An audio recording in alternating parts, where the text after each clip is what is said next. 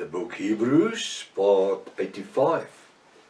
I'm Professor Hannes Redlinghuis of the First Assembly of Yafashua in South Africa, Pretoria, Montana, also international.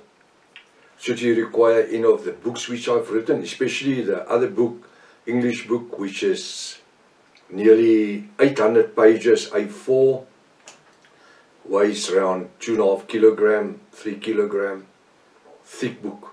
It's so thick that we had to bind it into the books, book 1 and book 2, in order for the binding on the back of the book to be, that can hold, be firm. It's unequivalent in the world, and it's not because I've written it 57 years of my life, or let me say it other words, way around. It's about 50 years of my life in that book. If you are interested, please contact us at our WhatsApp number, +27 0722 367 124. Just go to my website, https://yafah.vah.co.za. Excuse me. If this is the first time that you are to participate in the study, you are very, very welcome. But I urge you, please go to part 1, start from the beginning, because you have missed out on quite a bit of information. Very important to also subscribe to the channel in order to receive the different notification of all the other studies. I just want to say, if you are Afrikaans speaking, understanding our native language, Afrikaans, in South Africa, it's one of the 13 languages. I have more than 3,000 Afrikaans videos on YouTube. More than 3,000. You have my number, you can contact me. I can give the link to you, and you can enjoy yourself in Afrikaans. You can please subscribe in order to receive the different notifications. Please have a 1611 King James Bible ready, pen, writing pad, and a 1611 King James Bible in order to participate in the study. You are welcome, very welcome. Welcome to Breakfast with Prof. Hannes. Hallelujah. What a pleasure to be able to study the Word. And as we study the Word, you see, we don't study church doctrine here. We don't study a certain church theology here. We study what the Word says. And if I'm wrong, it's your right to show me if I'm wrong. But you use the 1611 King James Bible, or either the restoration of the original Sacred Name Bible, the 1860 version, which was translated by Dr. Joseph Briand Rotzenham. Right, we are going to continue where we left off yesterday morning. We're still busy with Hebrews 4 verse 7. And he, capital H, Yafashua, limit a certain day, saying to David, today, after so long a time. What is this so long a time? What's this long time? Actually, Yafah was introducing to King David in a certain way, making him understand that there's going to be a New Testament of grace. And he, Yahweh Almighty, limited a certain day, saying to David, that's King David, today, after so long a time, because the 613 laws of Moses was reigning over Israel for more than 1,000 years. After so long a time, as it is said, today if you will hear his voice, his, Yafashua's voice, harden not your hearts. Never in the Old Testament are the heart of people addressed, or the soul's dimension. Never. Because the moment that you work with the heart, which is actually figurative speech with showing to your soul's dimension, the moment that you work with the soul's dimension, you work with the Holy Spirit, the Ruach HaKodesh. And the Israelites of old, functioning under the laws of Moses, 613 laws, knew nothing about the Holy Spirit, the Ruach HaKodesh. The Ruach HaKodesh, in the time when Yahshua was preaching the gospel of salvation, he basically introduced the anointing of the Ruach HaKodesh and also the fruits of the Ruach HaKodesh. And he taught his disciples and later the apostles about the Ruach HaKodesh. He told them in Acts 1 verse 7, come wait in Jerusalem, where you will be anointed with fire, dynamos, dynamite, which is the Ruach HaKodesh. And the day that Ruach was poured out, 3,000 souls came to repentance and were immersed in the name of Yahshua to the remission of their sin. Not in the name of the Father and the Son and the Holy Spirit, or Father, Son, Holy Spirit, nothing. There was no teachings like that. Not in the time of Yahshua and his apostles, especially. In the name of Yahshua to the remission of your sin. And he says to David, after so long time as it is said, today if you will hear his voice. What does his voice has to do with the 613 laws of Moses? This is what I want you to see. Nothing. So this was another dispensation. I just want to call it the dispensation of grace. This was another time. I can't actually say dispensation because dispensation is 2,000 years. Because we're about 1,000 years from David to Yahshua. So what do I see here? No, not 1,000 years, but roundabout. So what do I see here? He says, harden not your hearts. Read verse 7. After so long a time as it is said, today if you will hear his voice, his, capital H, Yahshua's, harden not your hearts. Did the 613 laws had anything to do with hardening your hearts or your soul dimension? Never. The 613 laws worked on emotion, the way you felt. The Israelites went up to offer yearly for their sins, the atonement of their sins, the high priest, when they took their goats or their lambs or their doves, leaving after Yahweh came down in glory, in smoke, unto the tabernacle, the holiest of most holies, and the high priest will come out, raise his hands, your sins are forgiven. Their sins were totally forgiven.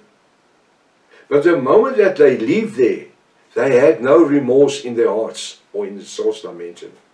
No remorse. Because the guy that was chasing the prostitutes, he's still going to chase the prostitutes. The one who was a gambler, he was still going to gamble. Everyone will just make sure he's got the right offering for next year. So there was no repentance and remorse of sin. Repentance brings remorse. Turning around, not want to do what you used to do. And here, in this scripture, Apostle Paul is drawing our attention to King David having remorse. Today, if you hear his voice, harden not your heart. Don't make your heart hard, but have remorse about the sins that you had. Verse 8, for if Yahshua had given them, the Israelites, 2,000 years ago, rest. Yahweh lived when? 2,000 years ago. What did he do? He preached about another day of rest. He taught the Israelites about another day of rest, which they couldn't grasp. Why? Because their eyes were sealed and their ears were sealed for the gospel. The 2 years here Yahweh preached the gospel, they did not hear it. They did not want to accept it. They didn't want to know him as their Messiah, Redeemer and Savior. For if Yahweh, verse 8, had given them, the Israelites, 2,000 years ago, rest, then would he, that he must be a capital H, Yahweh, not afterwards have spoken of another day. Does it make sense? Of course it does.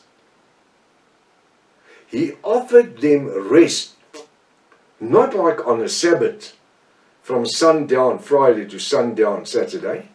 He offered them rest of another day, another rest, which is eternal rest. Now that rest is not a rest of being tired. It's a rest of reward. Being part of the bride of Yahweh through repentance, immersing in the name of Yahweh, and living in holiness according to his word. Now listen to this. There remaineth therefore a rest. There remaineth therefore a rest. This is not the rest of the 7th day, the Saturday. There remaineth therefore a rest to the people of Yahweh Almighty. What did Yahweh did in the previous verse, verse 8? Verse 8, listen to it. For if Yahweh had given them, the Israelites 2,000 years ago, rest, when he preached the gospel of salvation in his name, and he taught about the redemption blood, and he spoke about the temple that would be broken down, that he will break down, and in 3 days that he will rebuild. They wanted to stone him. They thought he was talking about the temple in Jerusalem. No. He's talking about the body, his body, that temple. Because the Bible says our bodies are the temple of the Holy Spirit. Where does Yahweh dwell in? In our bodies, through our soul's dimension, through the Ruach HaKodesh, which is in us. The Bible says it doesn't live in hands or in buildings built with hands. But he says your body is the temple of the Ruach HaKodesh. Hallelujah. So he dwells within us. So we have to be very cautious where we go. Because this vessel contains the most holy Ruach HaKodesh. We must be very careful where we take this body. What we do with this body. Oh, people says, this is my body, I can do as I like. Frank Sinatra sang a song, I do it my way. You can't do it your way, because it's not your body. You can't do what you like. You must do what the Word says you must do. The Bible says we are the body of Yahweh, our Elohim. And he, Yahweh, is the head of the body. Somewhere in this body we fit in. Either we're an arm or a leg or something. Somewhere, and this is figurative speech I'm using here, somewhere we are functioning inside of this body of Yahweh. And that's why I'm so glad that we, you know what I did now? I just rubbed my nose because there's small hair in my nose. And sometimes they just get out of proportion, and you know, it's so irritating that you have to just press it back where it comes from. And that little hair, coming, see how the Ruach works. Did you know that that little hair is as important as what my eyes is? You what? This little hair, which is actually now an irritation, moving around, is actually itching. Which is a small problem, because it doesn't look nice, me rubbing my nose, being on camera, and I'm doing it with a purpose now. This little hair that is irritating me, as important as my ears, or my hands. Prophets, impossible. Did you know that the hair inside your nose keeps you healthy? It keeps you healthy, preventing any dust particles going into your lungs, where you can get lung sickness and battle to breathe. So to us, this little hair is irritating, it's a nuisance. But to this body, the hairs in my nose are as important as my hands or my ears, because it's keeping me healthy. That's something, that's anointing of the Ruach. As my nose was itching, Jaffa just told me, just speak about it. It was not part of the notes or anything, it just came. So everybody see the hands, everybody see the eyes. Nobody sees the hair in my nose. So the hands and the eyes and the ears and the arms is getting glory. But the little hair in my nose is not getting any glory. And the Bible says it is actually the little things that has to have more glory than the things that we see. So this little hair in my nose must have more glory. Why? Because it keeps the rest of this body healthy. So if my lungs is going to be sick, my eyes is going to drop, and I'm going to feel weary and tired. So what does the little head does? What do they do which gets no glory? They do an important work. So I'm going to end here. I want to say, most probably in the body of Yahshua, you feel like this little hair which we addressed, worthless. You feel sometimes you are irritating. But you know, no. Do you know what? For the kingdom of Yahweh El Elohim, you are most probably the most important person. You know why? Because you can do what I can't do. You can reach people which I can't reach. So everyone in the body of Yahshua is very important. Let's acknowledge him. Yahshua is the head of the body. Now the weekend is in front of us. We've got a whole weekend. Take this Hebrews 4 and study it onwards. The whole chapter of Hebrews 4. Read between the lines. Make your own notes.